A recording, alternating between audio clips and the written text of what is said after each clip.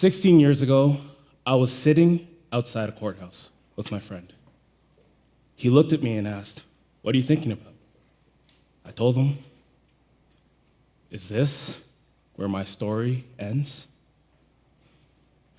We got out of the car, walked into the courthouse.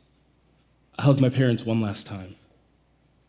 I sent a text message to my friend, who's now my wife. "I'm going in now." Walked into the courtroom. They cuffed me, took me down a hallway, opened that cell door.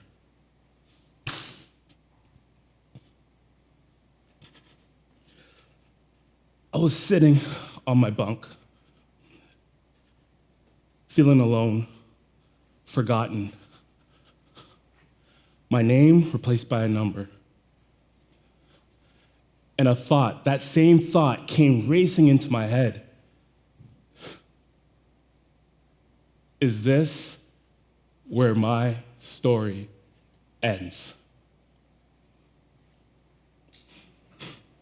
I didn't know it yet, but that thought would follow me for years.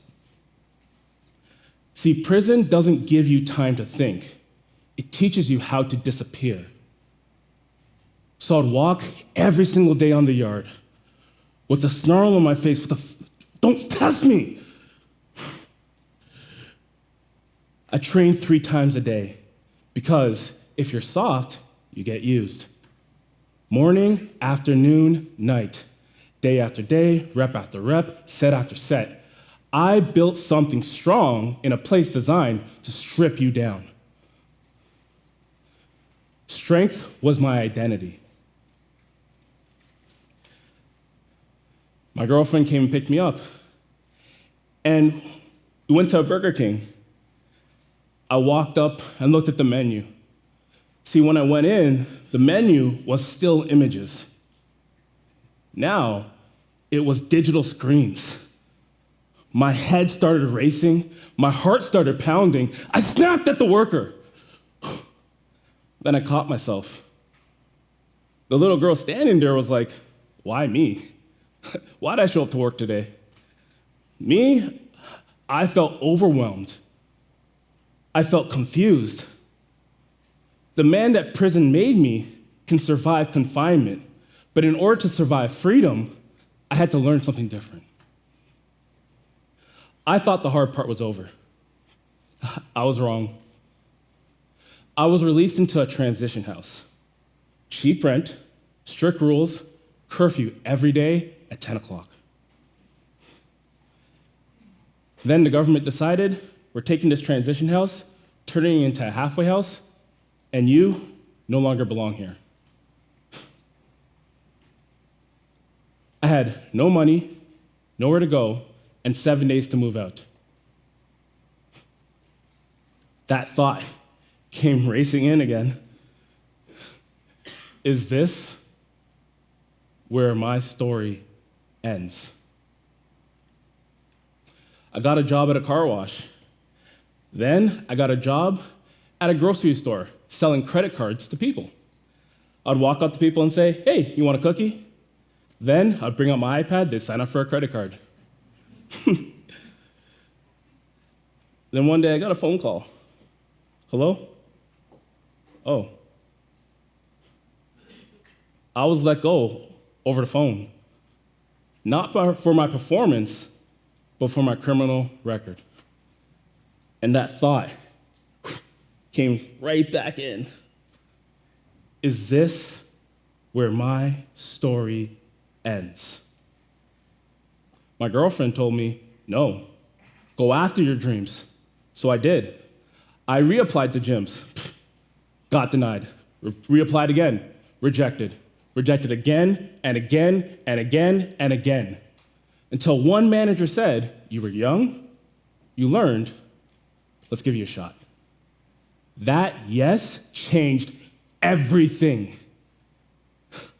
Fast forward, I have a beautiful wife, 2 beautiful daughters. Then March 2020 hits. COVID. Gym's closed, my rent is overdue, my third baby on the way. And that thought came rushing into my head again. Is this where my story ends? We sold the car. We moved back in with family. We cut all our expenses. We sold cookies, we sold plants, we sold anything that wasn't stapled down to the ground. Anything to get us by. I was coaching people online from Australia to Los Angeles. I opened up a clubhouse room called Mindset with Manny every Monday morning. And then one Monday morning, 150 people were already in the room when I started it. And I realized something there. Every moment that I asked, is this where my story ends? Wasn't an ending, but it was the beginning of a new chapter. Adaptability kept me in a world that was forever changing. Tenacity helped me go after my dreams in a world that felt like it was against me. And perspective helped me from confusing pain with punishment. Altogether, I call this the excellence equation. And when you live inside this equation, rock bottom no longer feels like the ending of your story, but it has room to grow to your next chapter.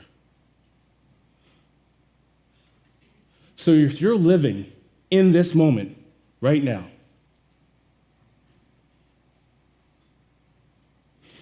in the fear,